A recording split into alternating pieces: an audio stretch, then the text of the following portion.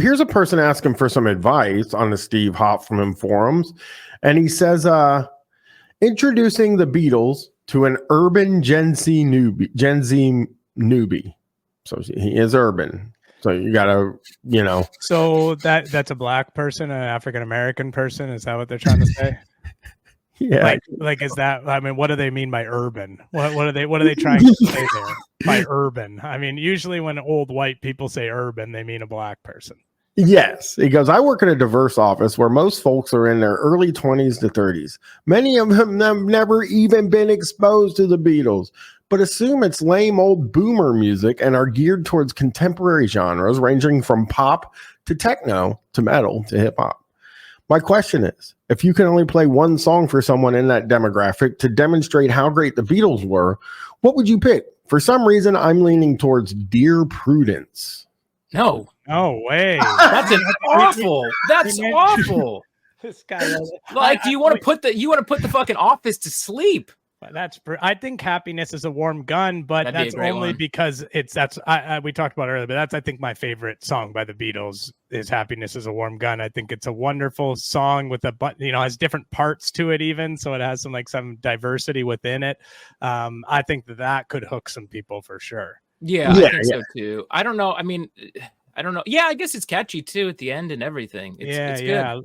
I think though that honestly, I don't know. I don't know that they want, I think that they'd be aware of the Beatles. You know what I mean? I think the Beatles are one of those bands where if you want to listen to them, you will, no matter what your age is, But I don't know. I don't know that for sure. Like Bryan, like your daughter, she would know the Beatles, right? She listens to the Beatles. Yeah. So yeah. And that one, yeah. So that, I think that the younger generation knows them. They're so famous, Yeah. So Synth Freak says, Tomorrow Never Knows, then followed up with the Chemical Brothers, Setting Sun, to show some parallels with something they might relate to a little easier. You think they're going to relate to the Chemical Brothers? No, I mean, but Tomorrow Never Knows was like the first techno song of all time, according to these people. So I don't even know. I don't know that I know that. What's it off of? It's off of the White Album. I want to say it's off of either White Album or Revolver. It's the last song. Okay. So, or no, it's not even. I don't even know if it's the last song, but it's fucking crazy. It's a brilliant song. Yeah, truly a brilliant song and way ahead of its time. But I don't know if someone put on the Chemical Brothers after that, I'd just be angry. Strap Mangler says, my personal opinion from experience, drum machine beats are an oral crutch. When you ask someone who only listens to drum machine beats to listen to something without one, it won't keep their attention, as they'll be too distracted by the absence of a drum machine beat. What? That's not a real thing. That's literally not a real thing. Wait a second. Where's the drum machine beat? That's not a true affliction. All I hear is a drum that's not coming from a machine. It's an oral crutch. What? It's an oral crutch. Okay. It's like you're like, this person, Macafan, says, again, I've shared on these forums that I taught high school and it was an urban school.